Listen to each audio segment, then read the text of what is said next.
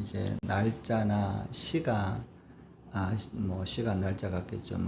시간에나 또 이렇게 장소를 가만히 보면 이게 굉장히 몇 년 걸려서 이런 게 아니라 예수님의 사역 자체가 이렇게 3년 정도 이렇게 공생애를 했다라고 생각하면 그 시간들이 생각으로 촘촘하게 일어난 역사들을 이제 보게 됩니다. 그래서 이때 시간들과 장소를 이렇게 좀 이렇게 주의해서 보면 이 말씀이 그냥 우연하게 그냥 이야기처럼 이렇게 기록한 게 아니라 아주 세밀하게 시간 단위로 이렇게 기록되어 있다. 그리고 그것은 물론 이제 사건을 중심으로 하긴 하지만 시간이 아주 세밀하게 기록되어 있음을 보게 됩니다. 그래서 이 예수님께서 여세후라는 말은 예수님께서 이 가이사라 빌립보에 올라가서 제자들과 예수님이 누구시냐에 대한 이야기를 나누시고 또 예수님께서 이 예수님에 대한 제대로 된 예수님이 누구냐 제자들과 이 세상 사람들과 이 바리새인이나 서기관들과 사두개인과 달리 제자들의 어떤 믿음이 예수님을 메시아로 보고 하나님의 아들인 것을 제대로 이제 깨달았다라고 생각이 들었을 때 예수님께서는 그들에게 죽음, 예수님의 고난 받으실 것과 십자가에 대해서 말씀을 하셨습니다. 그렇게 말씀을 하자 베드로가 그거는 하나님이 함께 하시는 일이 아닌 것 같다. 이렇게 이제 했을 때 하나님께서 그렇지 않다. 그리고 이것이 육신의 일을 생각하는 거다. 그리고 하늘의 일을 생각하는 것은 자기를 부인하고 십자가를 따르는 거다. 그래서 제자들뿐만 아니라 예수님이 그 길을 가셨죠. 자신을 부인했다. 자신이 하나님의 아들이신 것을 부인하셨다. 죄인처럼 그렇게 자신을 이렇게 내어놓으셨다. 그리고 십자가를 지셨다라고 하는 것이죠. 그래서 하나님의 일을 생각해서 예수님 스스로도 자신을 부인하고 십자가를 졌던 것처럼 제자들도 예수님을 따르려면 그 길을 가야 한다. 자신을 부인하고 십자가를 져야 된다라고 말씀을 하십니다. 그리고 그 행위에 따라서 주님이 다시 오실 때 세상을 심판하실 때 거기에 따라서 갚아 주실 것이다. 그 행한대로 하나님께서 갚아 주실 것이다. 주님의 말씀처럼 자기를 부인하고 십자가를 따른 그 사람은 그에 합당한 상급을 또 그 주님의 말씀을 떠나서 자기를 높이고 십자가를 버려 팽개치고 떠났던 사람은 그에 합당한 것을 받을 것이다 라고 말씀을 하셨습니다. 이런 말씀을 나눈 후에 그로부터 엿새가 지났다. 이렇게 이제 말씀을 하고 계시는 것이죠. 예수께서 베드로와 야고보와 그 형제 요한을 데리시고 따로 높은 산에 올라가셨더라라고 말씀을 합니다. 그 이후에 예수님께서 이제 아직 그 빌립보 가이사라 지역에서 완전히 떠나신 게 아니어서 오늘 보면 따로 높은 산에 올라가셨다 이렇게 이야기합니다. 어떻게 이동한 것이 아니라 이 이스라엘 갈릴리 북쪽에 이제 갈릴리 호수의 북편의 해변 마을에 이제 가버나움이나 또 이렇게 이런 마을들이 있다면 그 위쪽으로 더 올라가면 더 이제 위에 이 산악적으로 더 올라가면 빌립보 가이사라 산악이라고보다 더 높은 지역으로 올라가면 빌립보 가이사라가 이제 있고 그 주위에는 이제 산악 지역이니까 거기서 따로 이제 다른 산을 올라가셨다라고 이제 말씀을 하고 있습니다. 높은 산에 올라가서 예수님께서 다른 제자들과 다 간 것이 아니라 베드로와 야고보와 그 형제 요한만을 데리고 올라가셨다라고 이제 말씀을 합니다. 이것이 이 일이 이렇게 산에 올라가신 지 오래 며칠 이런 게 아니라 이제 제자들은 며칠 되었으면 제자들도 따라가고 그럴 텐데 잠시 산에 이제 올라갔기 때문에 제자들은 나머지 제자들은 남아 있었고 이 베드로와 또 야고보와 그 형제 요한, 야고보와 요한은 형제죠. 항상 하나님 예수님과 함께 동행했던 그런 사람이고 베드로는 이제 따로 이렇게 베드로와 안드레는 형제이고 야고보와 요한은 따로 형제인데 야고보와 이 요한은 이 예수님이 어디를 가든지 자주 따라다녔던 것 같아요. 그러나 이제 안드레는 조금 더 이렇게 적극적이진 않았던지, 아니면 뭐 어쨌든 다른 제자들을 내버려 두시고 이 세 제자들을 이제 데리고 높은 산에 올라갔습니다. 제자들이 따라가지 않은 이유는 저도 따라갔습니다. 그렇게 하지 않은 것은 의뢰이 예수님께서 기도하러 가는 것이라고 생각했을 수도 있어요. 뭐 산에 가면 예수님이 항상 기도하시니까 그렇게 이제 했던 것 같습니다. 뭐 다른 사람들은 어떻을까 이런 생각을 한번 해봅니다. 주님께서 오늘 이제 우리가 27장한 변화산의 어떤 그런 모습인데 주님을 기도할 때 우리도 따라갔으면 좋겠다 이런 생각을 했던 것보다 주님이 어뢰 이제 산에 가서 기도하니까 잘 안 따라다녔던 것 같아요. 그리고 뭐냐면 이전에는 뭐냐면 기적을 베푸시고 산에서 기도하실 때 예수님이 혼자 올라가셨던 거예요. 근데 이제 오늘 말씀에 보면 베드로와 야고보와 요한을 데리고 이제 올라갔습니다. 다른 제자들은 뭐 예수님께서 산에 가니까 여러분 뭐 예수님이 산에 올라가면 제자들은 무슨 생각을 했겠어요? 뭐 맛있는 것을 먹거나 뭐 좋은 곳을 보거나 그런 생각 안 하잖아요. 그냥 기도하러 가니까 쉽게 얘기해서 산기도 가시니까 뭐 우리 굳이 따라가야 되겠나 이런 생각을 했을 수도 있죠. 물론 뭐 이제 예수님께서 특별하게 이제 데리고 가시니까 아마 제자들은 뭐 수제자이고 또 열심히 있는 야고보와 요한은 기도하는데 따라갔겠지만 뭐 우리는 뭐 지금 이렇게 계속 돌아다니고 있는데 남아 있었던 걸 수도 있죠. 그래서 어쨌든 예수님은 베드로와 야고보와 요한을 데리고 따로 높은 산에 올라가셨다라고 말씀합니다. 2절에 그들 앞에 변형되사 그 얼굴이 해같이 빛나며 옷이 빛과 같이 휘어졌더라. 높은 산에 올라가자 예수님께서 제자들이 보는 이 베드로와 안드레와 요한이 보는 앞에서 변형이 되었다. 이 변형이 되었다라는 말은 메테 모르포테라고 하는 단어를 씁니다. 이 메타라고 우리가 많이 쓰잖아요, 그죠? 메타가 어떻고 이렇게 이제 많이 쓰는 모습인데 이건 뭐냐면 변화된다. 우리가 뭐 한참 지금은 그렇게까지 많이 안 쓰는데 한 몇 년 전에는 뭐 메타에 대해서 메타인지 메타가 어떻고 막 그런 것들을 굉장히 많이 했죠. 그게 이제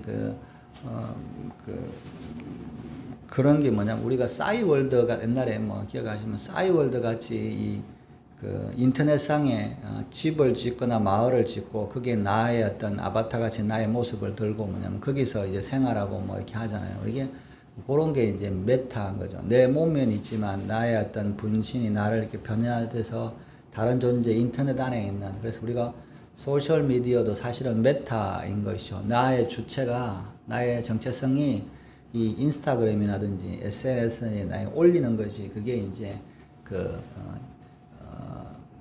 변형이 되어 있는 나의 본체가. 그래서 뭐 인터넷상에 이렇게 보면 막 이게 정말 악한 사람 같은데 실제로 만나면 초등학생이고 뭐 이런 거 있잖아요. 그게 뭐냐면 나의 본체를 바꿔서 이 안에 인터넷상에 다른 존재를 이제 만들어 가는 거죠. 이게 이제 메타에서 나왔는데 메타가 변화된다, 바뀌어 있다 이런 뜻이죠. 그 다음에 이제 모르페에서 이 나오는 단어가 뭐냐면 메타모르테에서 이제 모르페가 무슨 뜻이냐면 이 사물의 형상이라는 뜻입니다. 그러니까 모형 이런 뜻이에요.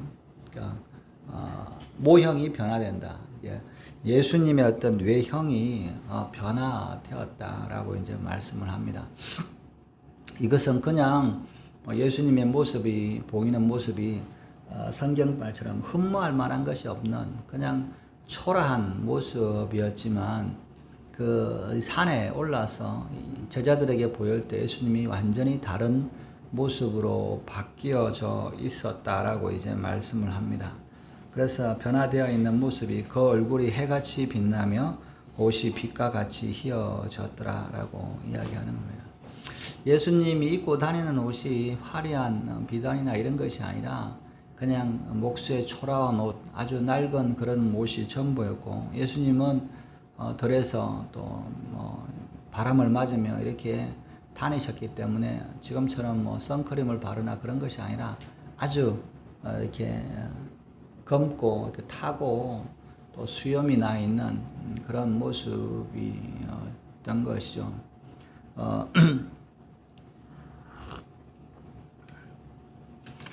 이 얼마 전에 제가 이제 보니까 이 예루살렘의 그 동편에 있는 거기에 그 예수님의 그 형상을 한 사람이 이제 이렇게 다니는 것이 이제 동영상인데, 그건 뭐냐면 이 사람이 이제 예수님이 어떠한 모습이었는지를 이제 모습으로, 그 당시에 유대인의 모습으로 이제 이렇게 가서 거기 있을 때 많은 유대인들이 이제 뭐 이것이 우리 사람하고 비슷하다 이런 생각을 하는데, 이제 실제로 이렇게 유대인의 전통적인 유대에 보면 수염을 깎지 않죠. 수염을 길게 기르고 여기 또 이렇게 머리카락을 이렇게 따서 이렇게 내리고 그리고 이제 옷을 이렇게 입고 다니는 모습을 보면 우리가 생각하는 것만큼 이렇게 화려하거나 또는 이렇게 뭐 멋있거나 이런 모습이 아니죠. 굉장히 어떤 초라하고 또 얼굴이 많이 타서 시커멓고 그런 옷도 초라한 모습일 텐데, 예수님께서 그 모습이 변화됐다. 얼굴이 해같이 빛났다. 그리고 탔던 그런 모습이 아니라 아주 해같이 빛났다라고 이제 말씀을 하시고, 옷이 빛과 같이 휘어졌더라. 이렇게 이제 말씀합니다. 옷이 하얗게 빛처럼 빛나는 그런 모습으로 변화되었다라고 이제 말씀을 합니다. 이 베드로와 야고보와 요한은 예수님이 산에 올라가시니까 그냥 의뢰하시듯이 산기도 하시나 보다 따라갔던 거죠. 따라가서 뭐 주님이 기도할 때 내가 아마 이 사람들이 굳이 이렇게 예수님이 데려가시기도 하지만 열심히 따랐던 것은 이 세 사람이 제일 어떻게 보면 예수님이 왕이 되시면 제일 많은 어떤 유익을 얻을 거라는 생각을 가지고 있었던 것 같아요. 제자들도 마찬가지고, 제자들 스스로도 이 사람들은 참 예수님의 좌우편에 앉을만 하다. 우리가 성경에 보면 이 야고보와 요한의 어머니가 와서 직접 그러잖아요. 예수님 좌우편에 앉혀달라고. 그거는 뭐냐면 그만큼 열심으로 예수님을 따라왔던 사람이죠. 그리고 베드로도 만만치 않죠. 베드로는 우리가 뭐 수제자라 그럴 정도로 제일 많이 했기 때문에 이게 이제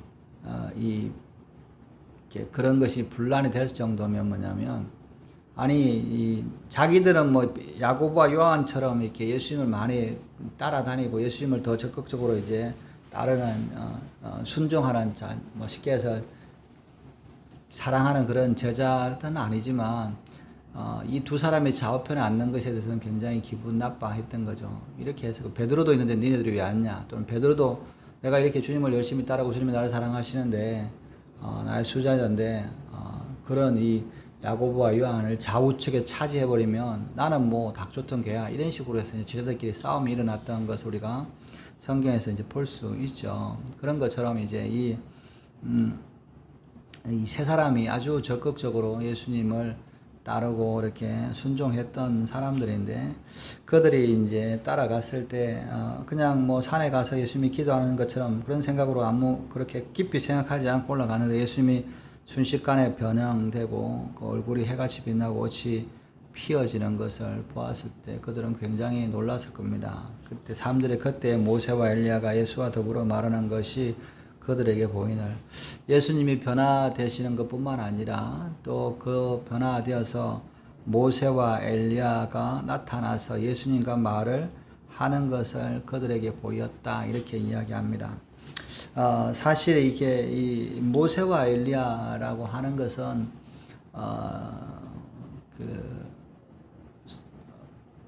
그 성경의 구약을 전체를 대표하는 사람들이 이제 모세와 엘리야입니다.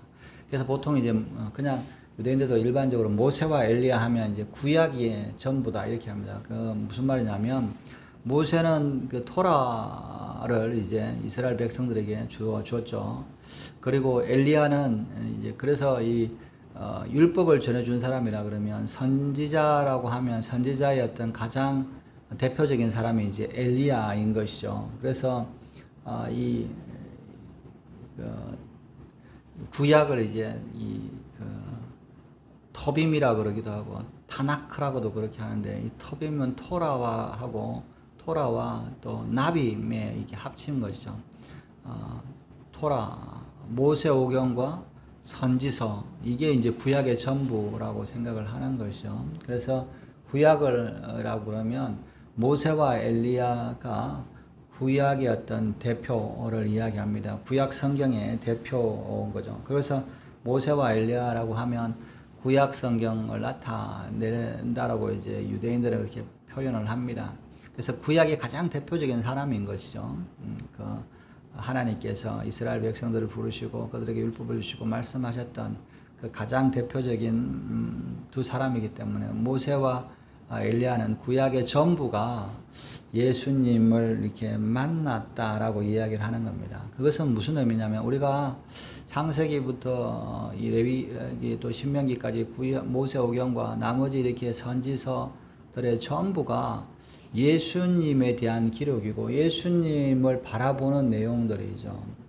그런데 이 다른 말로 이야기하면 모세와 엘리야는 예수님을 바라보고 사역했던 사람들의 대표인 거예요. 모세가 직접 그러잖아요. 모세와 같은 선지자가 다시 나타날 거다. 그죠? 민족을 구원하는 그런 메시아, 이스라엘의 어떤 기름 부음 받은 자, 또 민족뿐만 아니라 인류를 구원하실 그 모세의 확장이 된 것이죠. 모세는 이스라엘 백성들에게 하나님의 말씀을 전해 주었다면, 예수님은 모든 인류에게 하나님의 말씀을 전해 주시는 분이고, 엘리야는 하나님의 말씀을 선지자로서 이렇게 전했다면 이스라엘 백성들에게, 그래서 그들이 하나님 앞으로 돌아오게 하는 북이스라엘에서 사역했던 그런 선지자였다면, 예수님은 모든 인류가, 이방인들과 모든 사람들이 하나님 앞으로 돌아오게 만드시는 선지자의 역할을 하시는 분이신 것이죠. 이 두 사람은 예수님의 모형이기도 하고 또 예수님을 바랬던 사람이기도 하고 예수님에 대해서 기록했던 사람이기도 한 것이죠. 그래서 이 구약과 예수님의 만남이라고 말할 수도 있고, 또 모든 어떤 하나님의 말씀이 이루어지는 예수님과의 만남이라고 말할 수 있는 것이죠. 그래서 이 모세와 엘리야가 예수님을 만났다, 이 말은 뭐냐면, 이 구약에 있는 하나님의 모든 말씀이 예수님하고 다른 것이 아니라 예수님을 가리키고 예수님과 뭘 나타내는 말씀이다라고 하는 것을 보여주시는 것이죠. 모세와 엘리야는 아주 오래전 사람이었습니다. 그럼에도 불구하고 그들이 주님 안에서 주님을 만나기로, 또 주님을 만나서 대화를, 말씀을 하고 있는 것이 보이는 것이죠. 이 모세와 엘리야가 무슨 말을 했을까? 예수님은 무슨 말을 했을까? 뭐 이렇게 제자들은 기록하고 있지 않아요. 그죠? 그러나 그들이 말씀을 나누시는 것을 보았다는 거죠.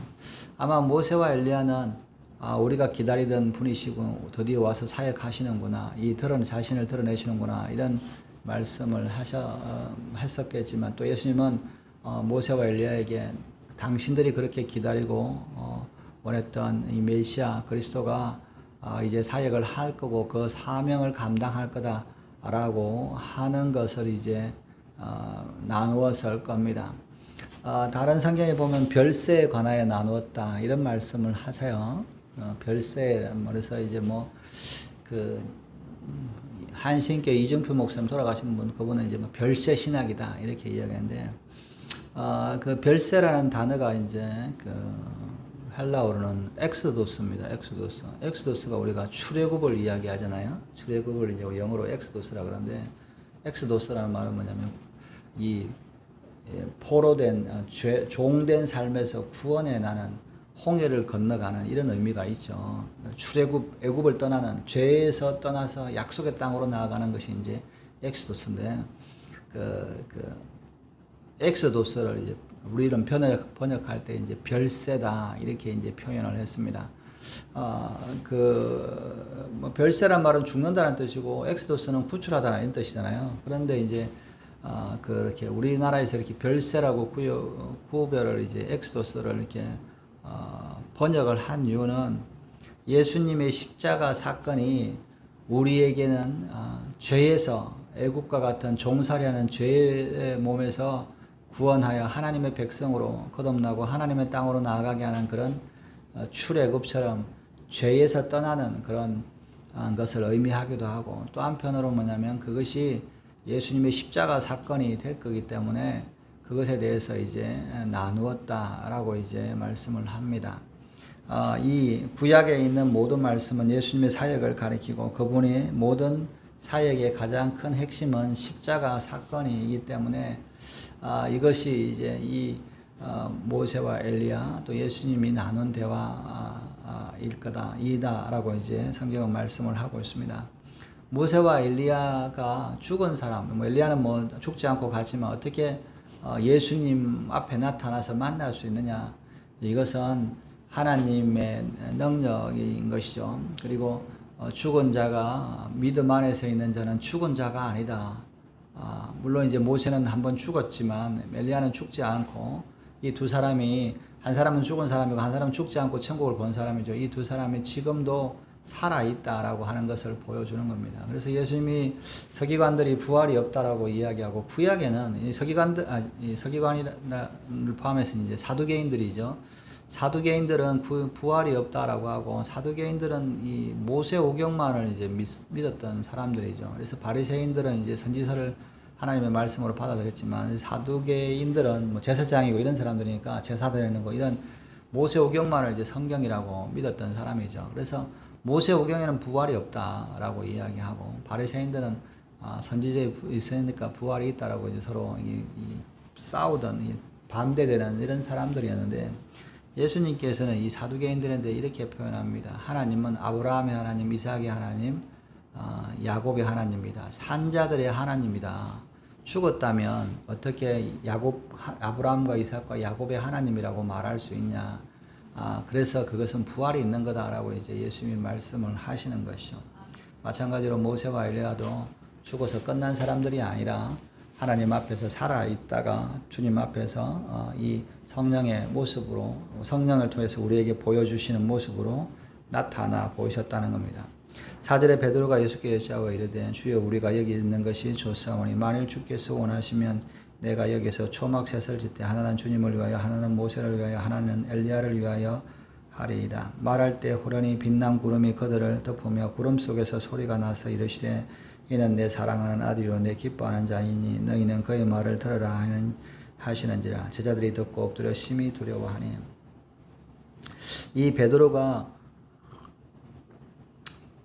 예수님에게 말씀하기를 주여 우리가 여기 좋사오니 만일 주께서 원하시면 내가 여기 초막셋을 짓되 하나는 주님을 위하여 하나는 모세를 위하여 하나는 엘리야를 위하여 하리다. 이 베드로는 예수님이 변화되어 있는 모습, 그리고 모세와 엘리야가 있는 이 모습을 보고 정말 이렇게 감동을 받았습니다. 그래서 이제 예수님에게 말씀을 하는 것이죠. 여기 너무너무 좋습니다. 주님, 여기 초막셋을 줬고 모세와 엘리야와 주님을 같이 이렇게 머물었으면 좋겠습니다. 이렇게 이제 고백을 하는 것이죠. 예수님께서 이 제자들에게 이런 모습을 보여주었던 이유는 예수님이 십자가의 사건을, 십자가를 지실 것이고 고난받으시고 죽으실 것이고 3일 만에 살아나실 것을 제자들에게 가르치고 나서 이제 이 모습을 보여주셨습니다. 그 이유는 그들에게 그 말씀이, 이 지금 제자들은 예수님의 말씀을 믿을 수가 없고 믿지 못하는 거죠. 여러분, 누군가가 내가 앞으로 뭐 어떻게 죽을 거다 이렇게 얘기하면 그냥 뭐 그런 소리다 이렇게 생각을 하잖아요. 그렇게 막 깊게 생각하지 않는데, 그럴 때 이제 예수님께서 이 모세와 엘리야를 만나고 변화되는 모습을 보여주시고, 또 예수님의 십자가 사건에 대해서 이제 이 두 사람과 대화를 하시는 것을 보면 이것이 이제 이 제자들에게 이것을 보여주시고 또 증거로 삼으시기 위해서 보여줬던 것 같은데, 베드로는 그것에 대해서 관심이 없는 거죠. 지금 영광스러운 이 모습, 지금의 영광을 사모하는 겁니다. 십자가의 고난이나 십자가의 죽으심이나 이런 이렇게 힘들고 어렵고 십자가 지는 이런 이야기 하지 말고, 여기서 이렇게 영광스러운 모습으로 있을 때 우리가 여기에서 집을 짓고 그냥 같이 있으면 좋겠다 이런 생각을 이제 표현한 거죠. 우리가 뭐 하나님의 말씀을 듣거나 어떤 뭐 또 기도원을 가거나 어떤 특별하게 은혜를 사모해서 은혜가 충만하고 정말 성령이 충만하면 대부분 자 여기가 좋다, 꿈과 같다 이렇게 생각하지만 하나님께서 그것이 그렇게 은혜를 주신 이유는 우리에게 지어질 십자가가 있고 우리가 받아야 될 고난을 겪기 위해서 주시는 은혜인 거죠. 우리가 이제 요즘에 뭐 벼농사를 하면 주위에 이제 벼농사를 하는 곳이 이제 저희 집 있는데 보면 많은데 보면 이 모내기를 해놓고 물을 막 이렇게 채우죠. 모가 이렇게 잠길 정도로 막 채우죠 물을. 그렇게 채우고 나면 이게 이제 벼들이 막 자라죠. 물이 뭐 풍부하니까 막 자라죠. 신나게 막 쭉쭉 자랍니다. 하루가 다르게 자라는데 그렇게 한 물을 대고 나서 그 다음에 물을 쫙 뺍니다. 물을 쫙 빼면 이제 물이 없으니까 이 벼들이 이렇게 물을 찾아서 뿌리를 깊게 내려요. 막 정말 이렇게 안 넘어지려고 뿌리를 내리고 그 다음에 이제 또 지나면 또 물을 채워 줍니다.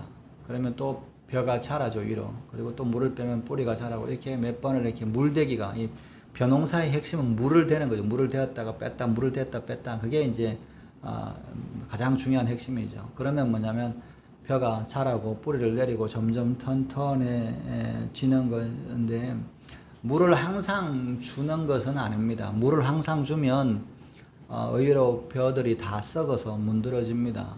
그죠? 마찬가지죠. 우리가 항상 은혜가 충만하면 좋을 것 같은데 이 세상에 사는데 항상 충만해서 이렇게 살면 좋겠다라고 생각하는데 사실은 그렇지 않죠. 그러면 사실은 신앙이 무너질 겁니다. 그러나 하나님은 은혜를 주시기도 하고 또 십자가를 내어 놓으시기도 하고 이렇게 통해서 우리가 성장하기를 원하는 것이죠. 지금은 앞으로 이제 십자가를 져야 되는데 하나님께서 은혜를 부어 주시는데 베드로는 그냥 이 은혜에 있으면 그냥 좋겠습니다. 이 은혜에서 벗어나서 십자가나 고난 받으시는 거나 죽으시는 거나 이런 거는 안 했으면 좋겠습니다. 라고 하는 이런 말인 것이죠. 또 그렇게 하는 게 뭐냐면 굉장히 한 6일 동안 우울했던 거죠. 예수님이 갑자기 죽으신다라고 이야기하고 고난 받으신다라고 이야기하고 그런 이야기를 계속하고 십자가를 진다라고 이야기를 하고 그런 이야기를 하니까 이 굉장히 불편했던 것 같아요. 제자들도. 그런데 뭐냐면 예수님이 이렇게 변하는 걸 보고 여기가 좋습니다. 이런 이제 고백을 하는 것이죠.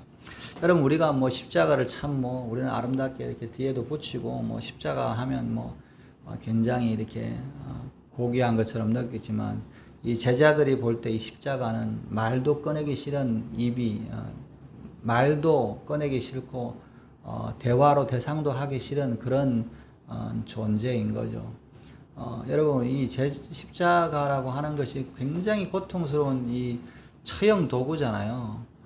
여러분 시체 보는 것도 힘들잖아요. 시체들 여러분들 장례식 때 보는 것도 참 몇 번 안 보셨겠지만 시신이 밖에서 이렇게 있는 거 매달려 있다는 거 이런 거를 보는 거는 굉장히 비참하고 꺼려지는 거예요. 그런데 예수님이 계속 그리고 뭐냐면 유대인들은 십자가형이라고 하는 로마 사람들이 행하는 거를 아주 경멸했어요. 그런데 뭐냐면 그거를 보면서 이렇게 예수님이 그런 모습으로 죽는다라고 하는 것은 도저히 하나님과 함께하는 선지자로서 또 왕으로서 오시는 메시아로서 있을 수는 없는 일인 것이죠.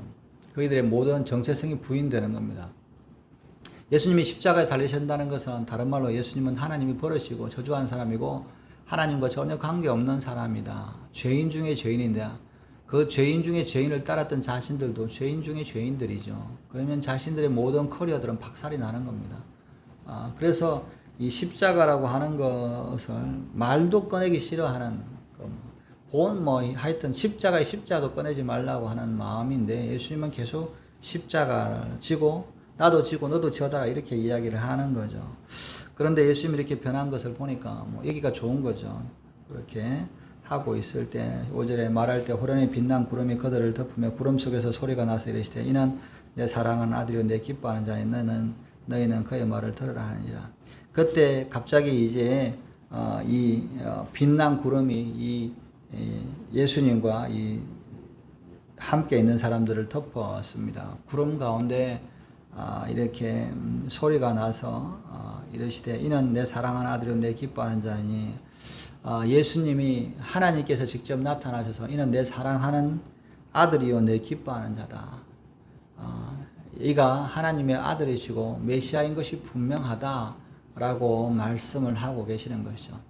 메시아인 것이 가장 아닌 것처럼 보이는 게 십자가거든요. 메시아일 수가 없는 것이 십자가인데, 그래서 예수님이 갑자기 십자가를 이야기하니까 예수님은 메시아일 수가 없어지는데 그러면 그런 일은 있을 수는 안 된다라고 이야기하는데, 예수님께서 뭐냐면 이가 내가 사랑하고 내가 기뻐하는 자다.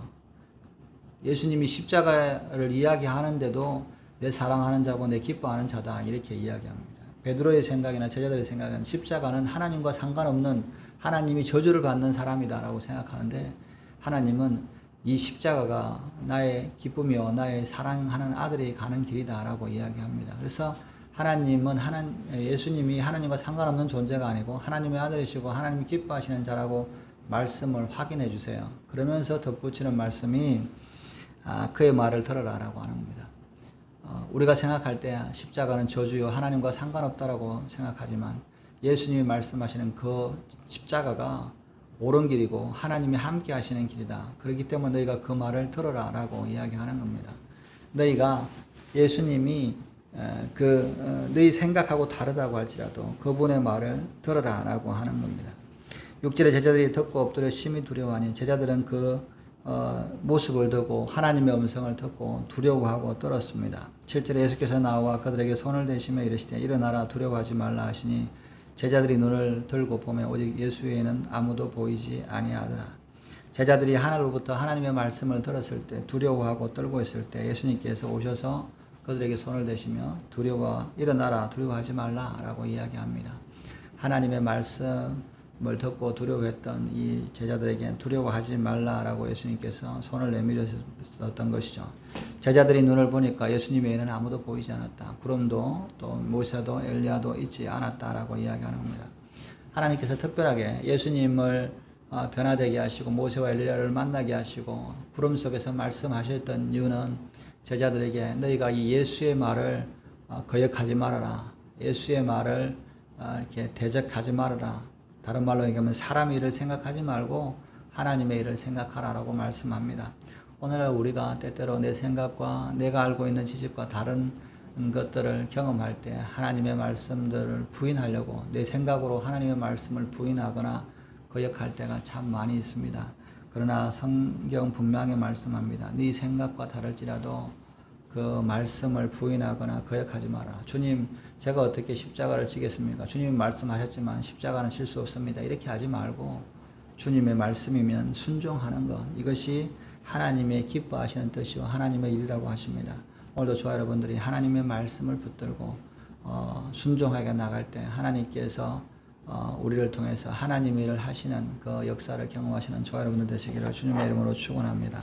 기도하시겠습니다. 하나님 아버지 감사합니다. 우리는 때때로 우리의 생각과 우리의 지식으로 하나님의 일을 판단하고 또 우리의 하나님 일을 한다라고 말하지만 오히려 사람의 일을 생각하고 사단의 일을 쫓아갈 때가 많습니다. 오늘 내 생각과 내 계획이 아니라 하나님의 뜻에 하나님의 일에 초점을 맞추며 나가는 저희들이 될 수 있도록 은혜를 다하여 주시옵소서. 감사하며 이 모든 말씀을 이구 주 예수님의 이름으로 기도했습니다. 아멘. 주기도문 하시겠습니다. 하늘에 계신 우리 아버지, 나의 임하옵시며 하늘에서 이루어진 것 같이 땅에서도 이루어지이다.